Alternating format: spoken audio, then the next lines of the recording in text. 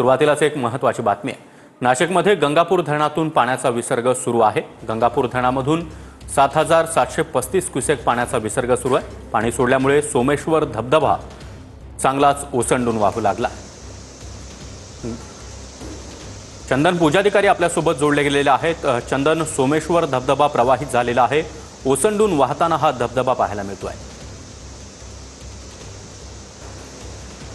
खरं तर 2 दिवसांच्या पावसाच्या संततधार नंतर आज नाशिकमध्ये पावसानं सकाळपासून विश्रांती घेतलेली आहे।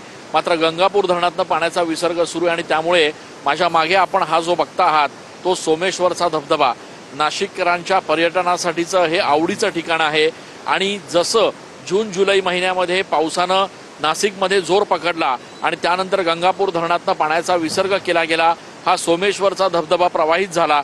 त्यानंतर आता पुन्हा एकदा पूर्ण क्षमतेनं हा सोमेश्वरचा धबधबा जो आहे तो या ठिकाणी वाहू लागलेला आहे। एक अत्यंत विहंगम असं दृश्य जे आहे ते सोमेश्वर परिसरात सध्या बघायला मिळते आणि त्यामुळे साहजिकच या ठिकाणी बाहेरून आलेले पर्यटक जे आहेत ते सेल्फी काढण्यासाठी या ठिकाणी येत आहेत। मात्र त्याच ठिकाणी पोलिसांचा देखील बंदोबस्त असल्याचं आपल्याला बघायला मिळत आहे। वारंवार TV9च्या माध्यमातून आपण आवाहन करत होतो की पोलिसांनी या ठिकाणी सुरक्षा रक्षक नेमावे आणि त्यामुळे या ठिकाणी सुरक्षा रक्षक पोलिसांचे कर्मचारी जे आहेत ते येणाऱ्या पर्यटकांना सूचना करतायत की त्यांनी कुठल्याही पद्धतीनं पाण्याच्या धबधब्याच्या जवळ जाऊ नये। मात्र हा अत्यंत सुंदर आणि विलोभनीय असा जो धबधबा जो आहे तो सोमेश्वरचा धबधबा पूर्ण क्षमतेनं या ठिकाणी अत्यंत क्षमतेनं या ठिकाणी वाहत असल्याचं आपल्याला दृश्यांमध्ये बघायला मिळत आहे।